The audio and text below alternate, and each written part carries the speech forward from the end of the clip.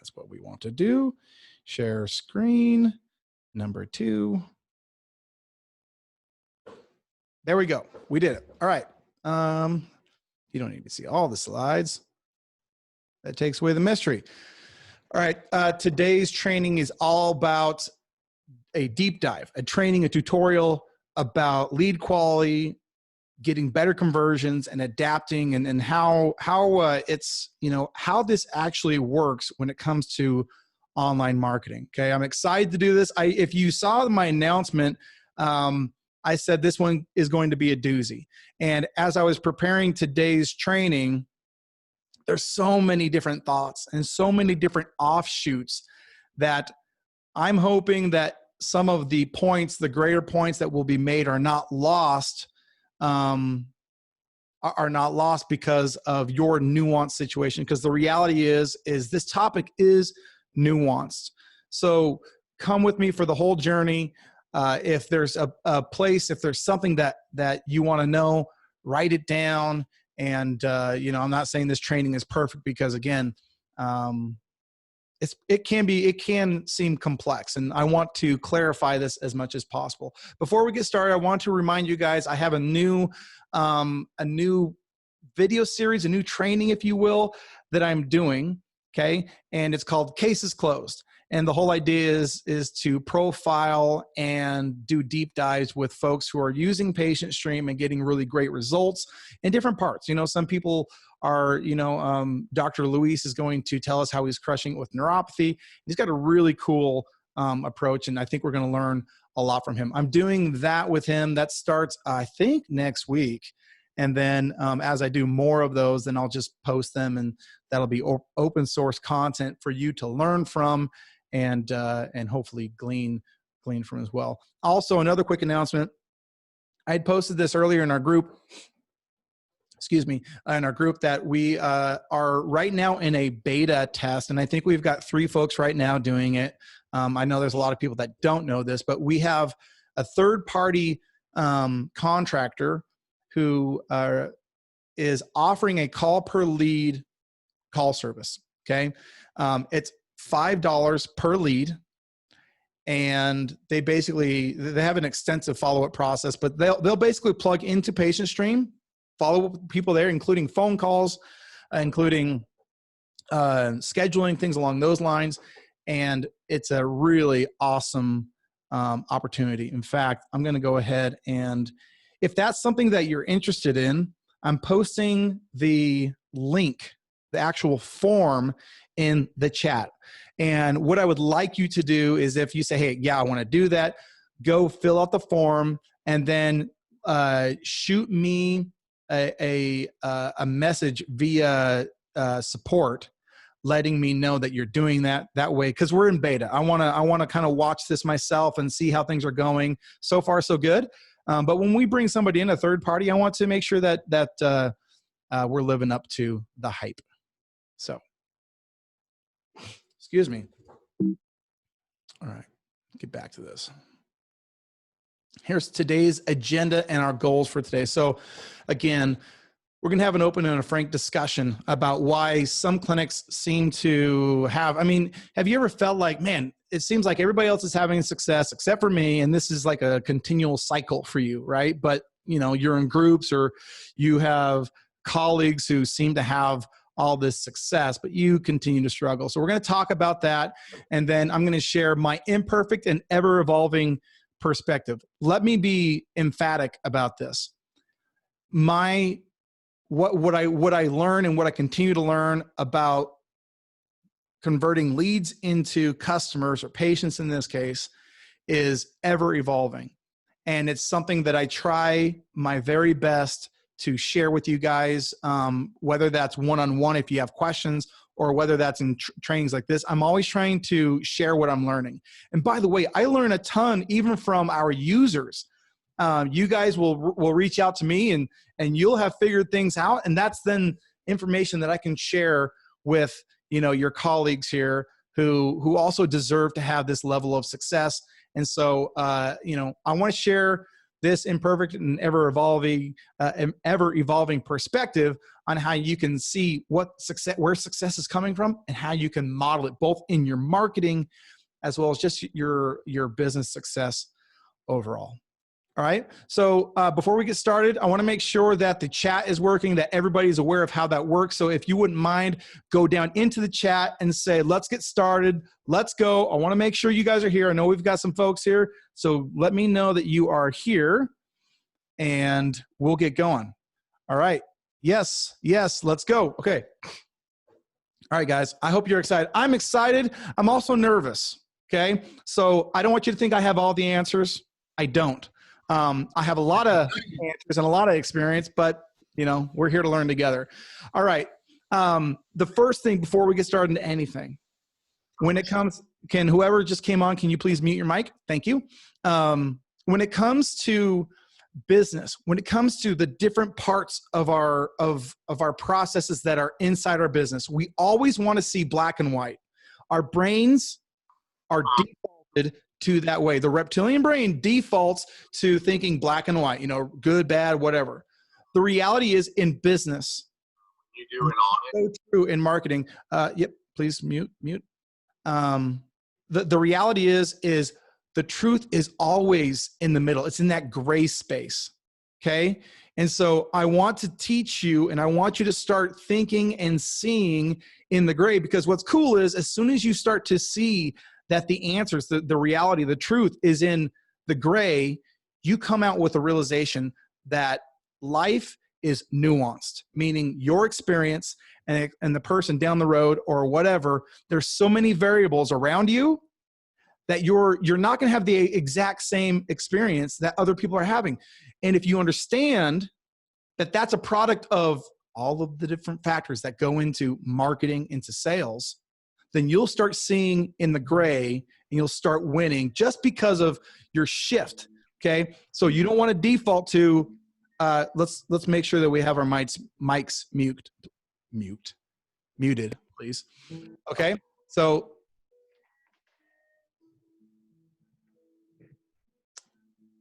okay, mute, please. All right. I'm sure I can do this. Sorry, guys, give me 1 second. Okay, there we go.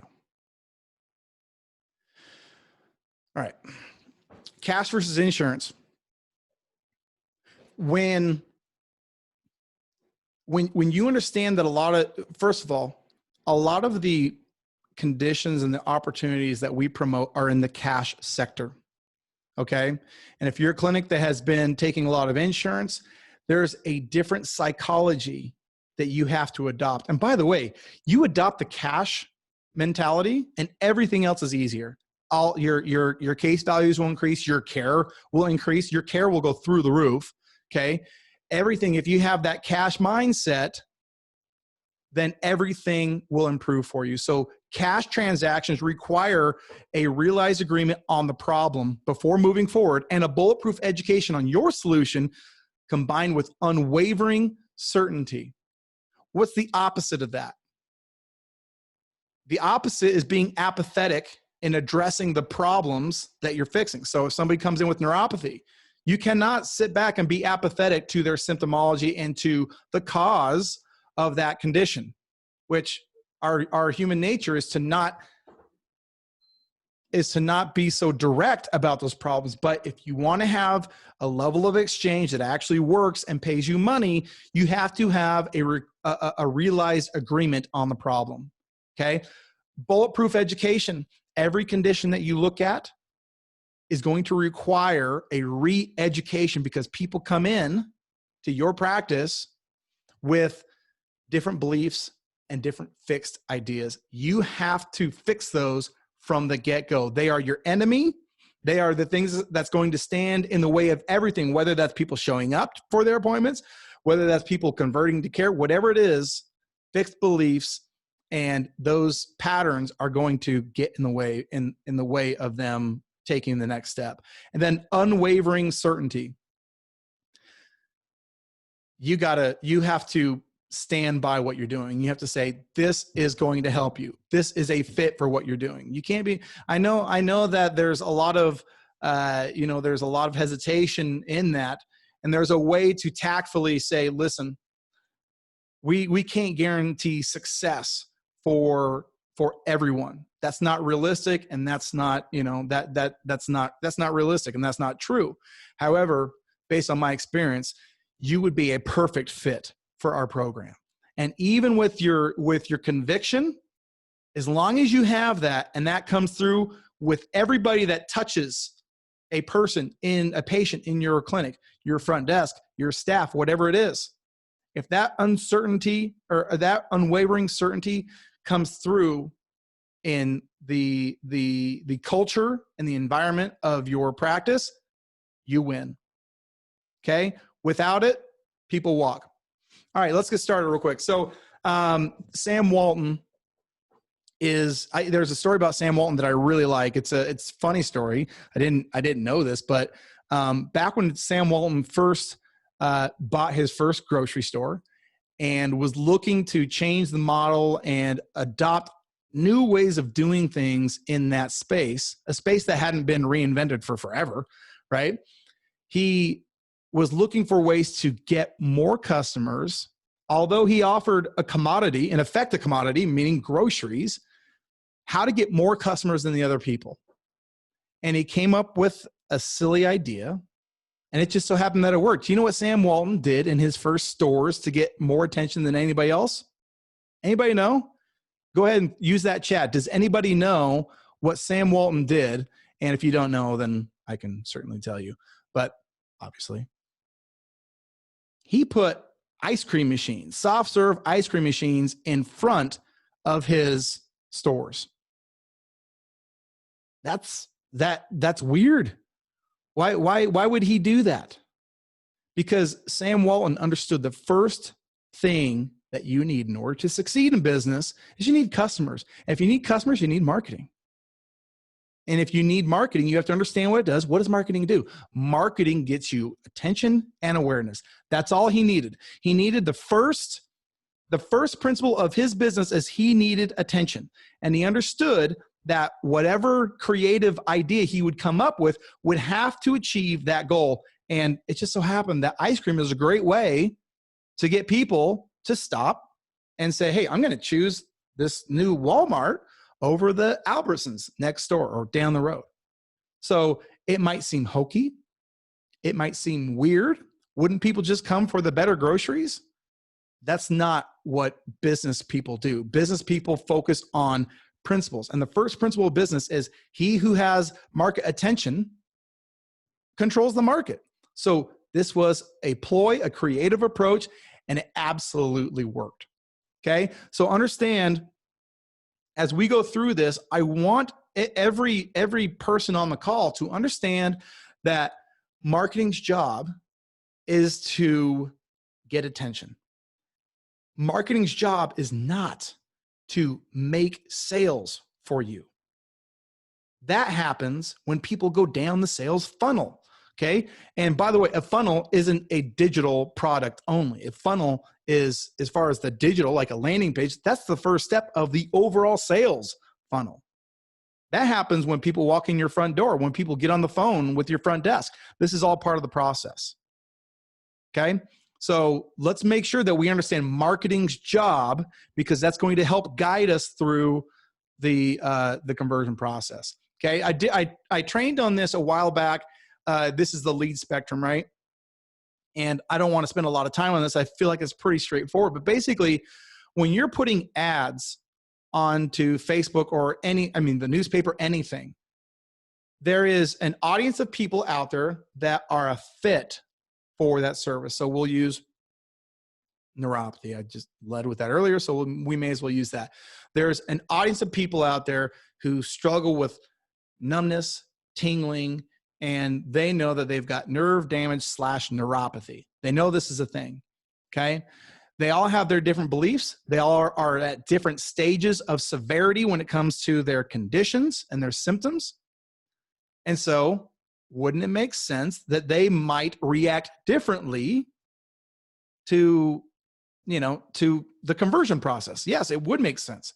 Okay. So if we go down on the cold end, so there's people who want something for nothing. There's curious, but not ready. There's hesitant, but interested. There's interested to learn more. There's people who like the idea, want to give it a try. And there's people who are ready to go, right? These are just some examples of all of the variations that exist in your marketplace. Okay. Now, if you understand where your prospects are at, and you're able to meet them at that next step, you win. If you skip forward, if you go too quickly, if you do the wrong next step, then you're going to interrupt that process. So gauging where a prospect is at, okay, and then taking them to the next step is very important. And kind of illustrate this, this is a good friend of mine. For those of you who may not know, I actually started into excuse me, I need some water. I started into the chiropractic space with this doctor right here. His name is Dr. Sonny Gill. One of the best, he's an amazing mentor, awesome business person, and one of the best practice managers / owners I've ever seen in my life. And one of the best business people I've ever seen in my life. And he definitely has a winning mindset. And I want to illustrate what that means with the story. After I had been consulting with, he taught me the business.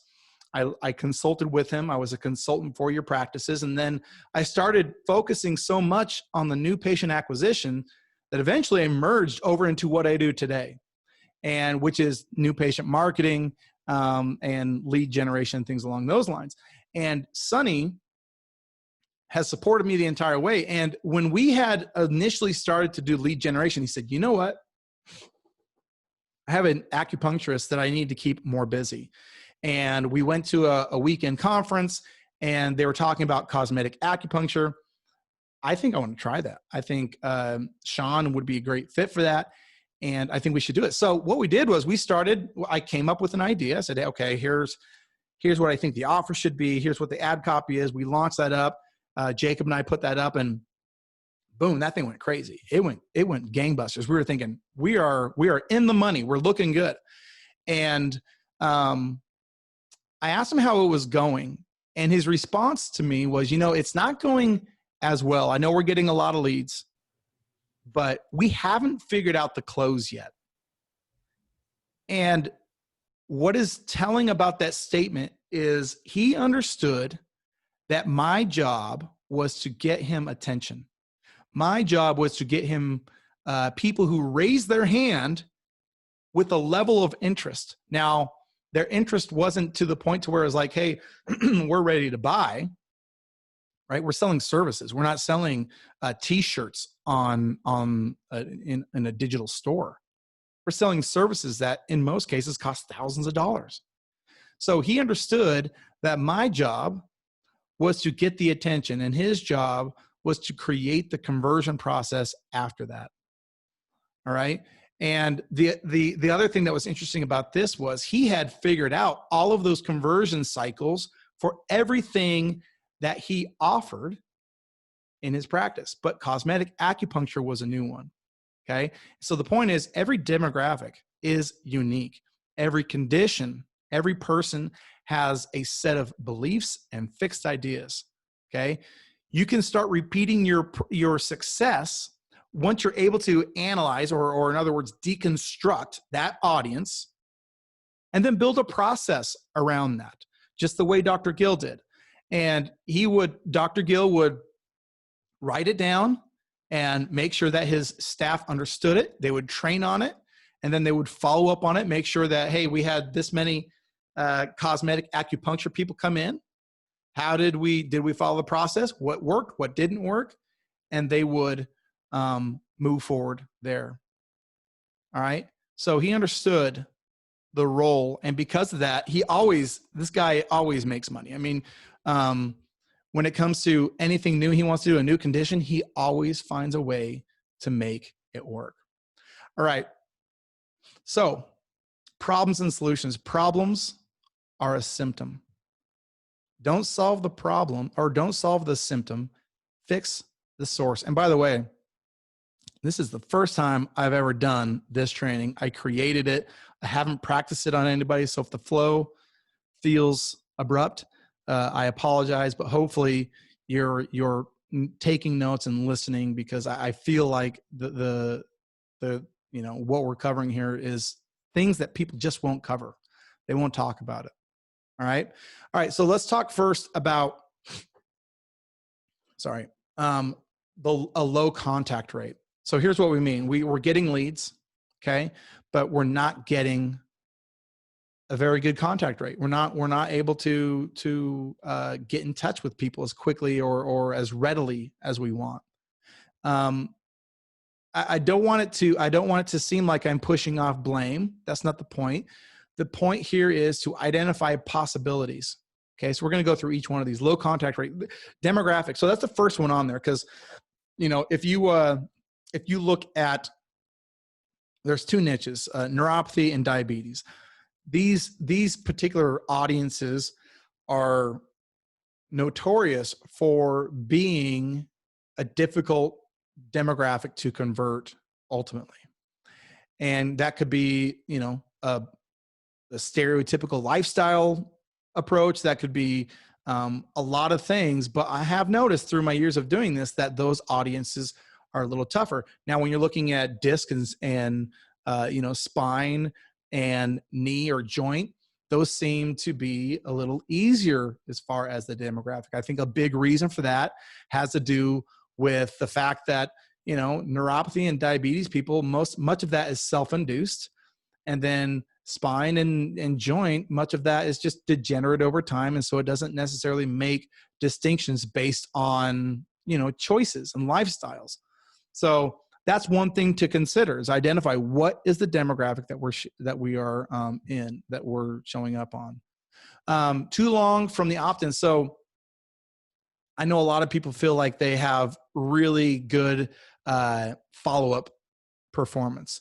And it's just like an agency, which we're not an agency. We're a software. It's just like an agency to say, well, you're waiting too long before you contact these people. But there's a lot to that. I've been doing this for a very long time, and I can tell you that this has a big part of what to do. So not only is the initial contact too delayed, but also any follow-up. Like if you have to make beyond 2 calls, people just throw their hands up and give up. Well, unfortunately, the data shows that 80% of your conversions happen after the 5th contact. Sorry, guys. Aggressive approach. This is something we're going to talk about quite a bit here, but the aggressive approach is we don't want to move towards this scheduled appointment so quickly that it seems like a sales pitch. These people are already thinking, because they're a lead, they're already thinking, I'm going to get sold like this, or they're going to sell me. And people don't want to be sold. Okay. And so if you come on saying, hi, my name is Sam. I want to get you scheduled. They're like, whoa, hold on. Before we get scheduled, I didn't sign up for this, or what is this about? There's some things that need to happen prior to that. Okay. Personality mismatch. Sometimes the reality is the person who is sitting at your front desk or who is calling may not be the best fit for this. And I had an audio recording that I was going to play now, but I can't find it. I've played it a couple times on other trainings, and it's frightening what I've heard people's follow-up be like. I mean, they're very unfriendly, they're very shy, or whatever it is. And then I've seen what an amazing follow-up looks like. I've seen people bubbly and friendly, and how just changing the personality type on who's making the contact, all of a sudden, overnight, boom, perfect show rates. Everything is looking great. How did that happen? Well, people felt good when they talked to that person. Okay. And then form versus funnel. There is some validity to attention, cheap attention. Okay. Meaning if you're using a form for generating a lead and you're just getting way too many leads, right? Like the lead cost is $1. That's ridiculous.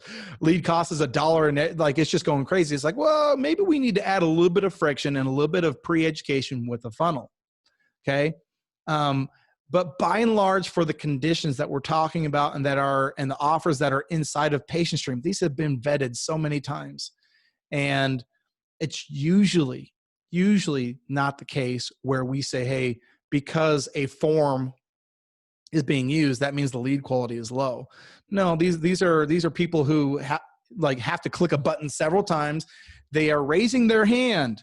They're saying, I have knee pain. I have neuropathy. They're raising their hand and they're giving you enough attention to double confirm that they have that condition. So, don't automatically default. Remember, think black and white. We're not thinking black and white here. Don't automatically default to, hey, there's a problem with this form.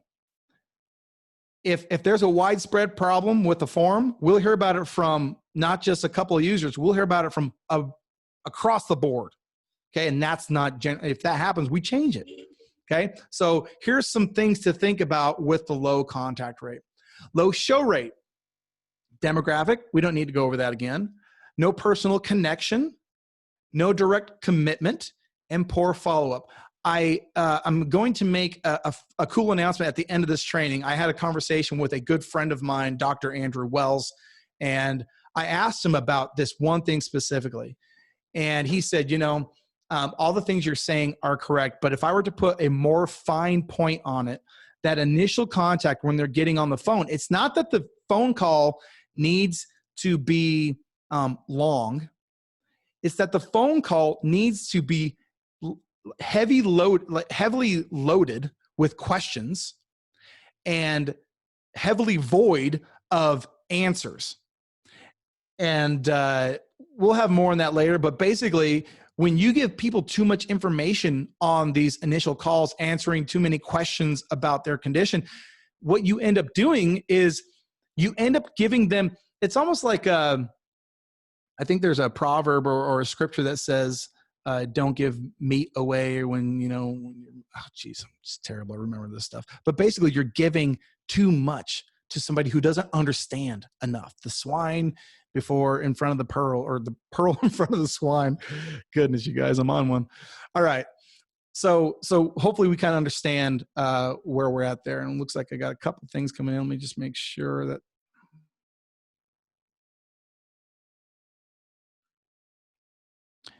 Meat before milk. Okay. Very good. Thank you. Me. That's one of me. I'm not sure which one of me that is, but thank you. Okay. So let's talk identifying the bottleneck, right? Identifying the bottleneck. This is really interesting because the winning mindset, that Sunny Gill mindset, looks at the process of growing your business like this.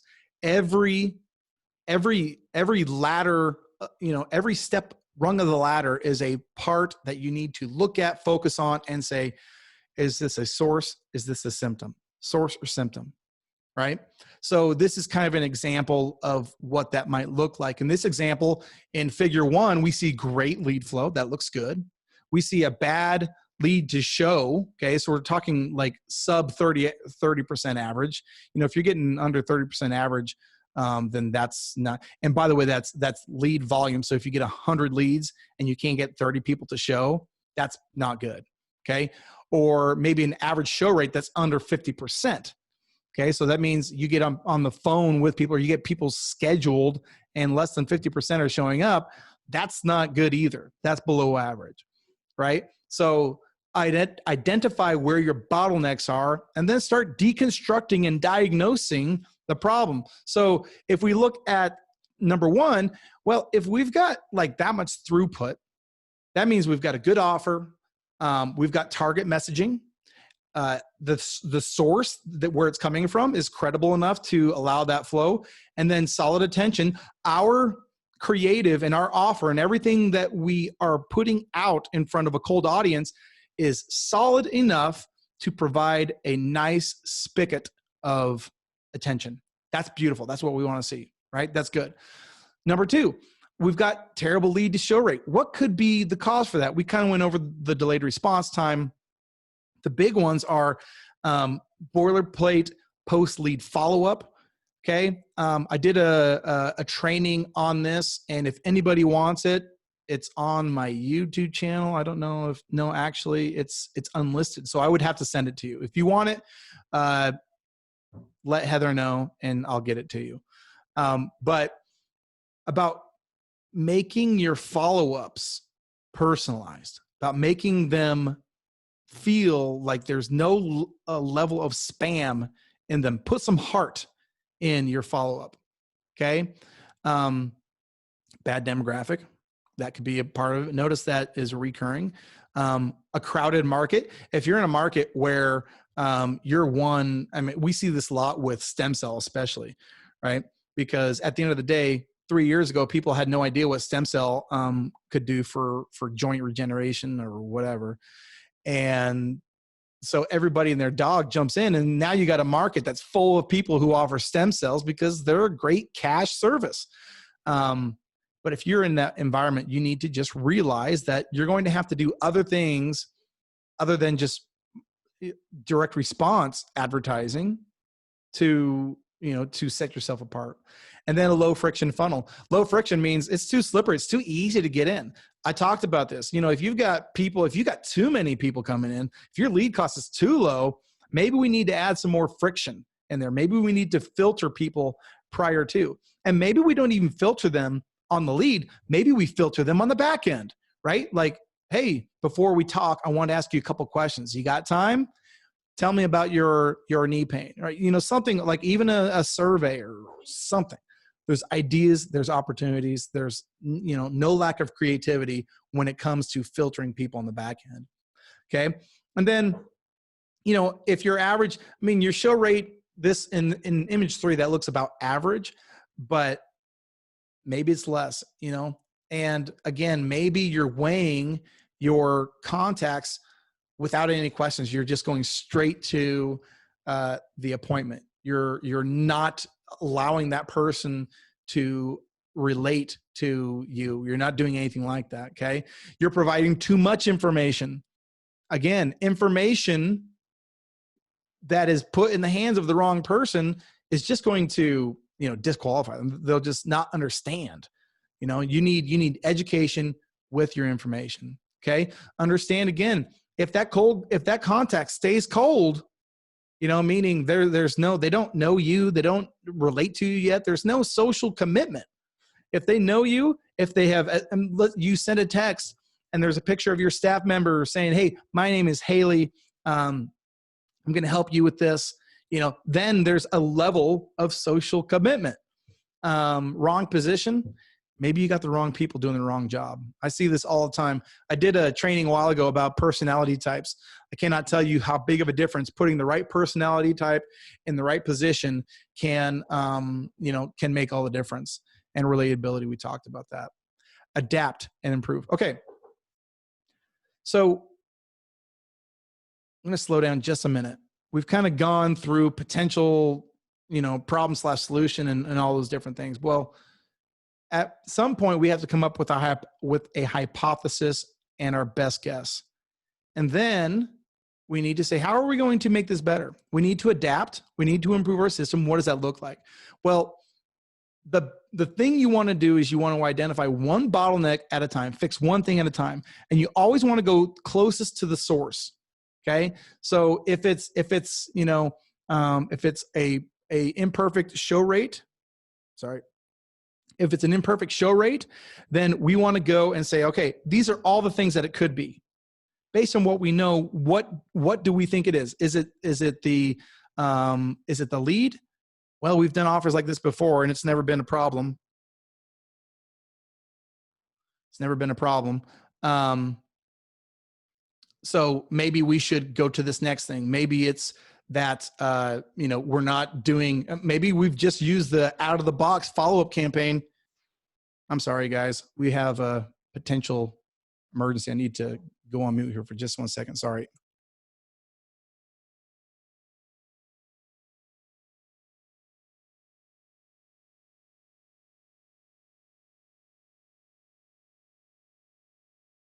My apologies. I got 3 calls in a row from my wife, and you just don't want to, you want to make sure that nothing's wrong. So we're okay. All right. Where was I?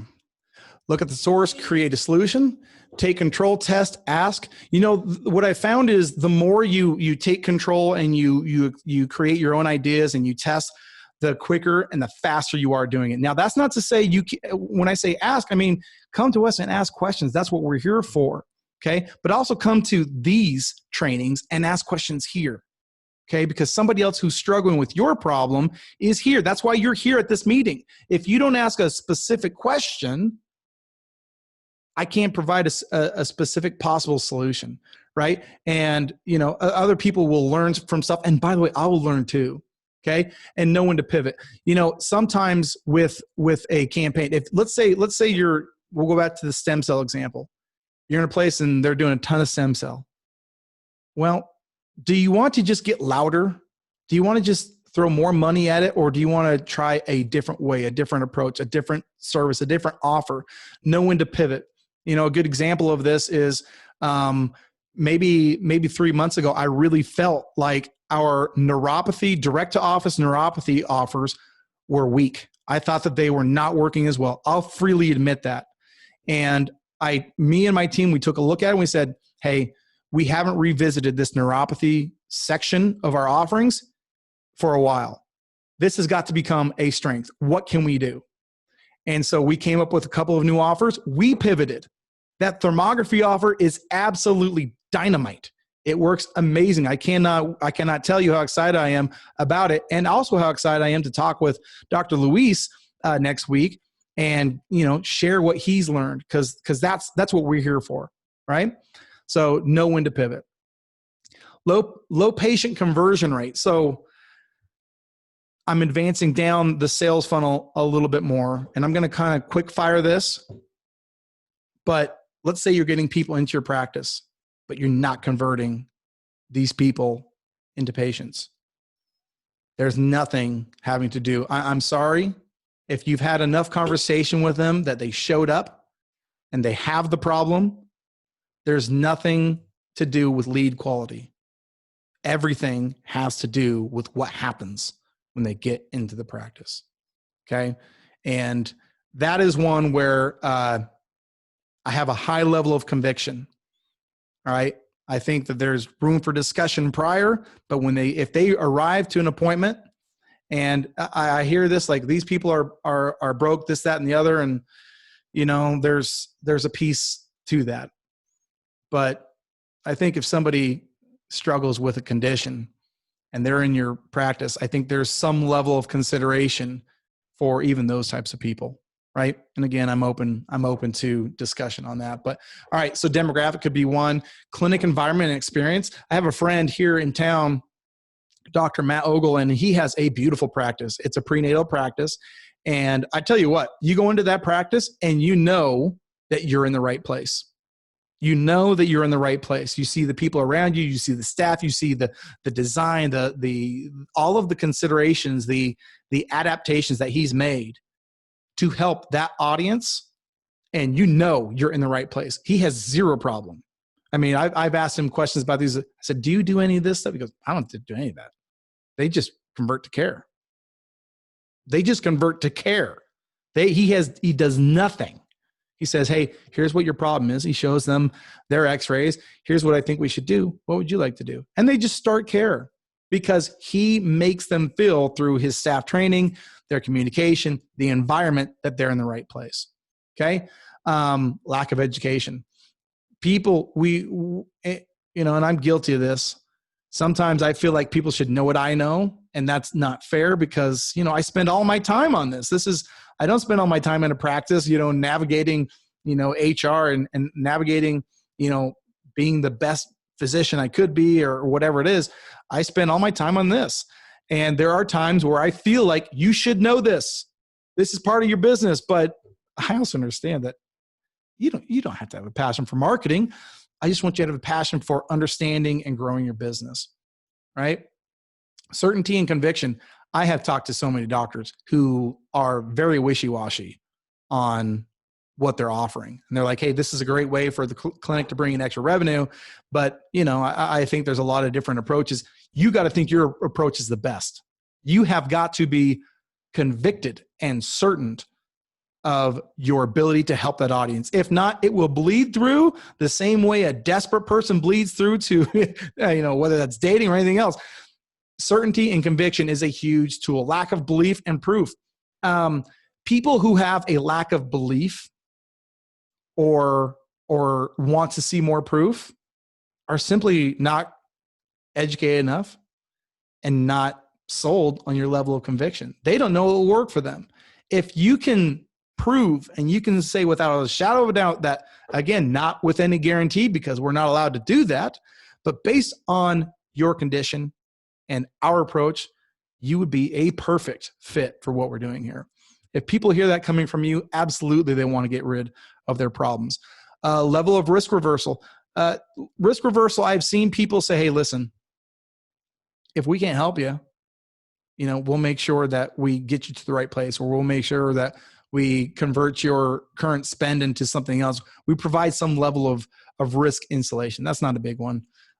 If you have certainty and conviction, that's not almost one at all. And then lack of process. If you're reinventing the wheel every single time and you have nothing written down and you're not like your staff is not trained, they don't know what the process is, you're never going to be able to have repeatable success. All right. I've got a couple things. Again, I created today's training. I haven't trained on this before, but I feel like I'm firing out so many different thoughts and lessons that they're not running together as smoothly as I want. So I have some best practices, first and second order things, but I want to just stop real quick, engage, and see if we have any questions thus far, because I certainly don't want to feel like, that's the case. Okay. Let's see here. Any questions so far?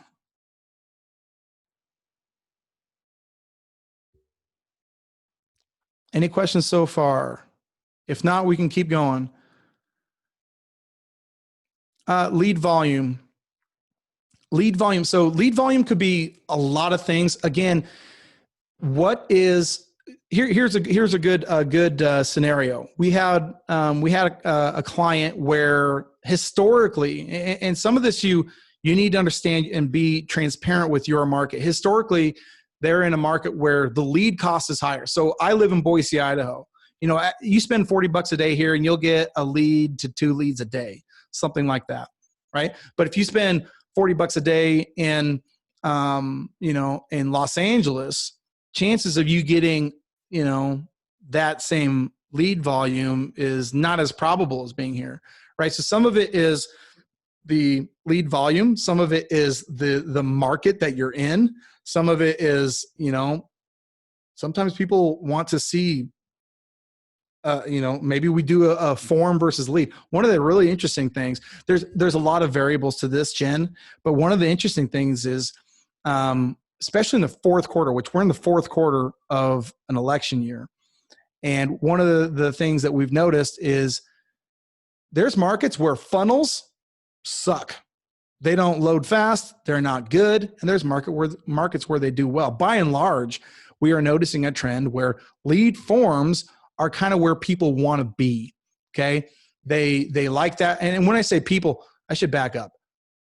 It's what Facebook wants to see, because Facebook doesn't want people leaving their platform.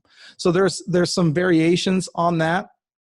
I can, look at your situation specifically, after this. Okay. When to follow up on a lead is sure. Should I wait for a patient stream to flow? I do an evergreen webinar and I feel, I don't want the webinar and I'm reluctant to call the lead. Oh, I see. That's an interesting,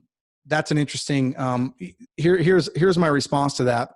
I had a doctor I was doing a consult with, and he was telling me how he was using webinars to really crush it. And So the risk in, again, bottlenecks, right? The risk in a webinar is once you're done, how immediate and attention grabbing is your call to action.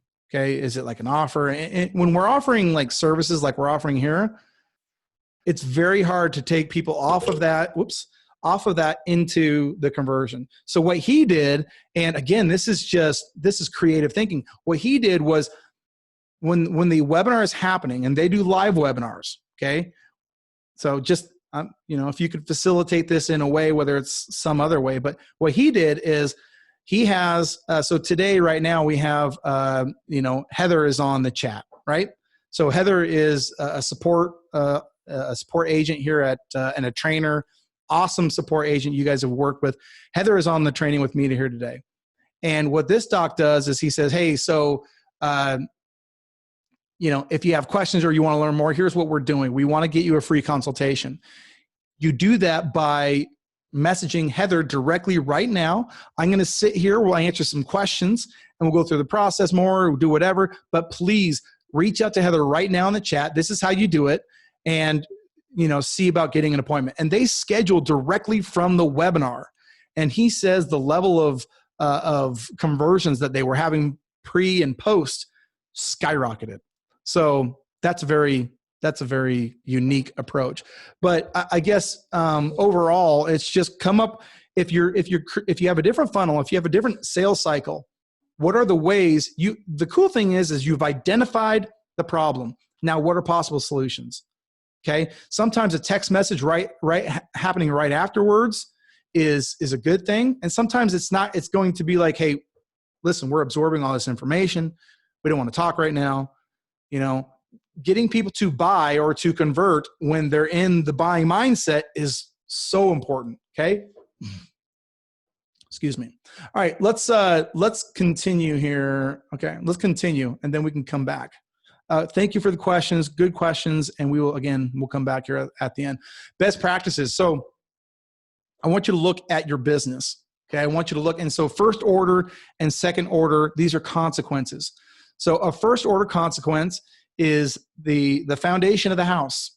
Let's look at the foundation of the house. How is it built? Is it built right? If so, then we can go up. That's the second thing that goes up, right? So first order, if we look at first order, how are your online reviews? And we learned this the hard way. There was a clinic that Jacob and I were managing ads for a couple of years ago. And there were ads that were working everywhere else. When I look at the audience, I knew that audience, meaning even the city location. And I was like, we were getting no conversions. Like, it was crickets out there, and it made no sense to me. And I was so confused by this, and I thought to myself, what could it be? Well, we went out on the ether and we started doing some research, and come to find this clinic had several reviews on Google, I'm not going to say how many, right? It just had a lot of reviews, and all of them were negative.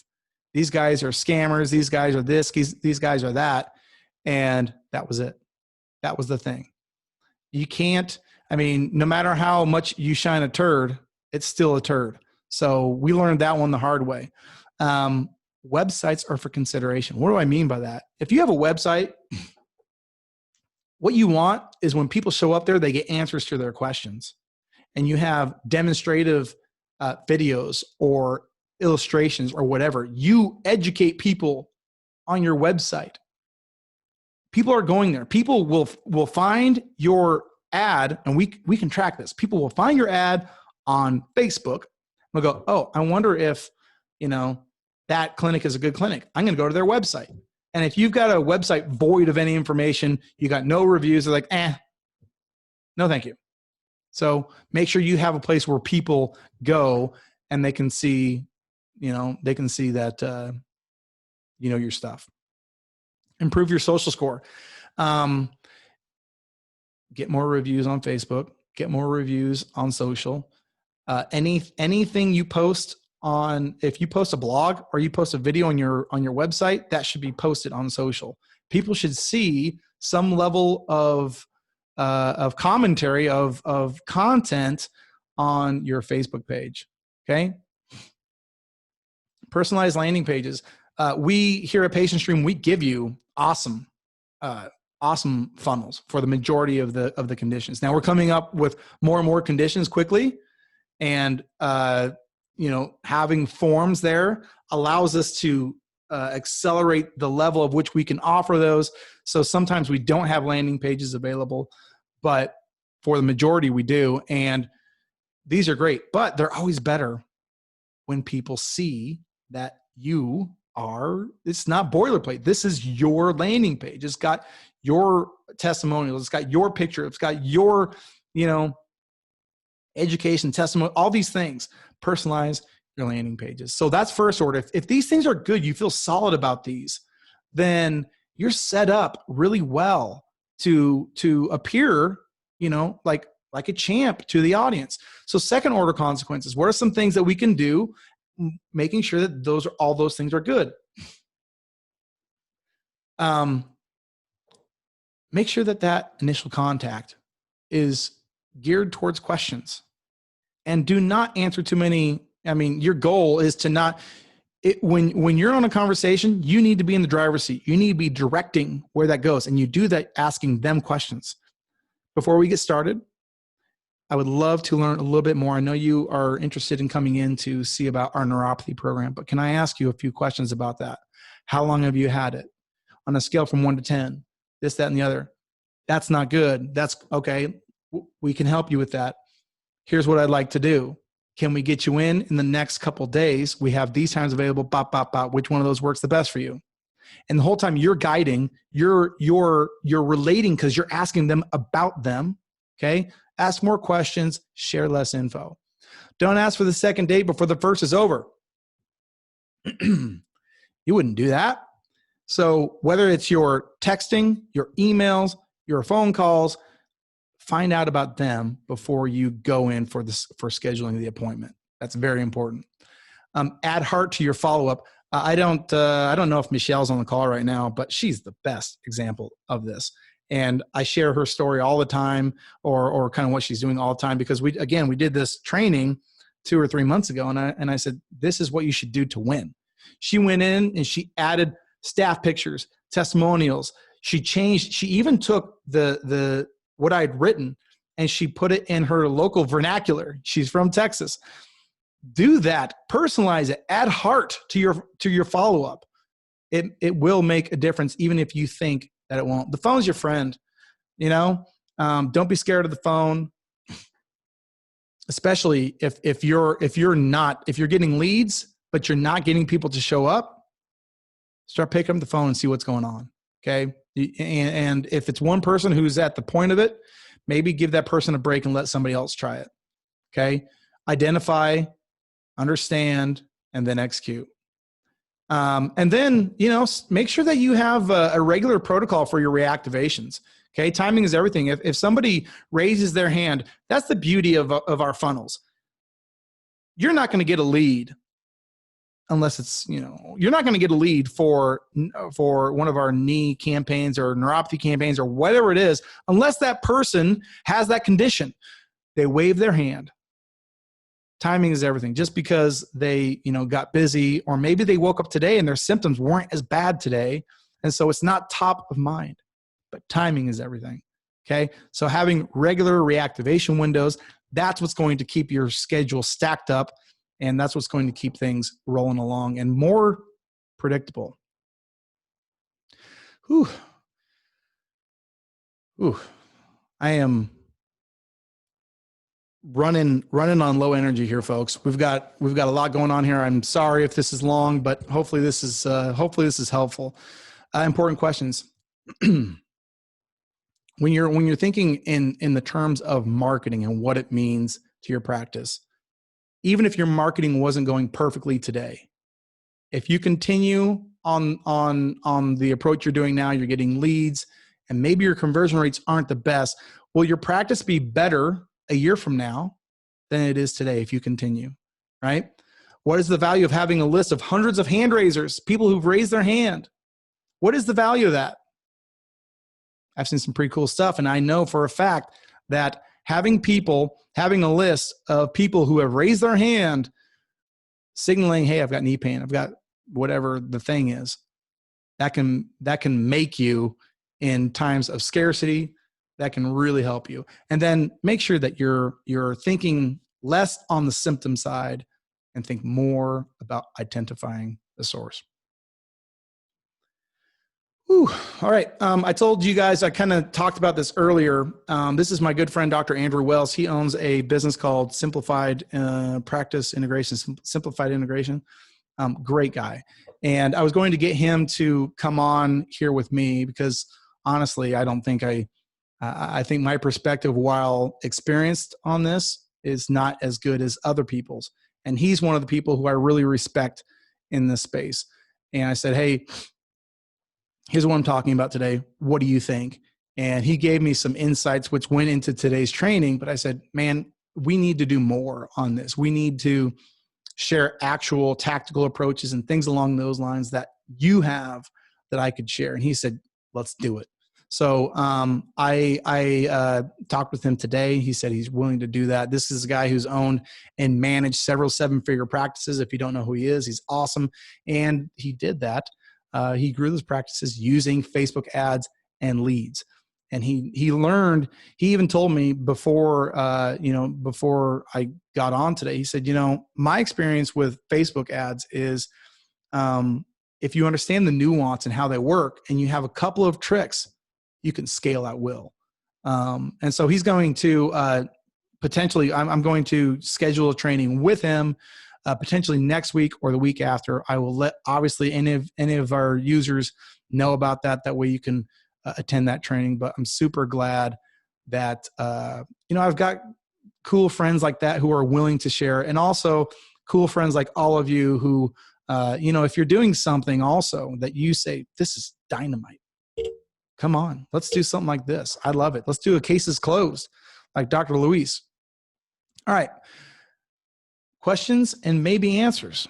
I say maybe answers because, hey, I don't have all the answers, but I feel like maybe we should be able to, get to the bottom of a couple things. So I'm going to go ahead and turn the time over to any of you. If you have questions, please go ahead and put them in here. Or you can even, I'd be happy to even, you know what, here, let's do this.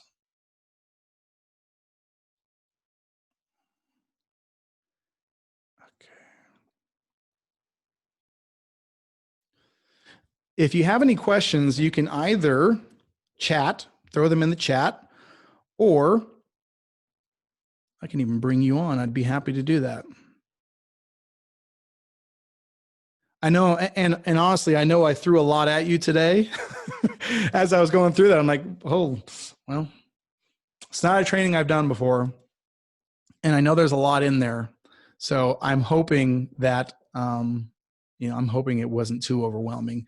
Was this helpful, you guys? Was this helpful? Do you have any, was this, yeah, this was great, or this sucked? Any feedback? Yes, it was helpful. Thank you. Anybody else, like your thoughts, anything you want to share? Yes, I took some notes. Getting it.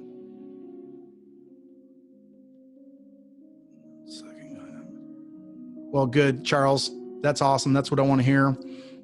Very good. Well, you guys, thanks for showing up. I appreciate it.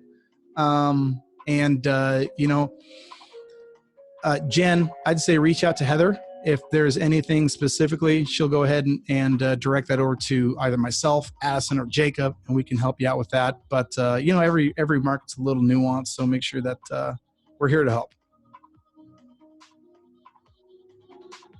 All right, guys. Thank you so much. I've had a blast. It's been 1 hour. It's been a blast. And I hope, again, you guys have enjoyed, learned something, and we'll see you next week.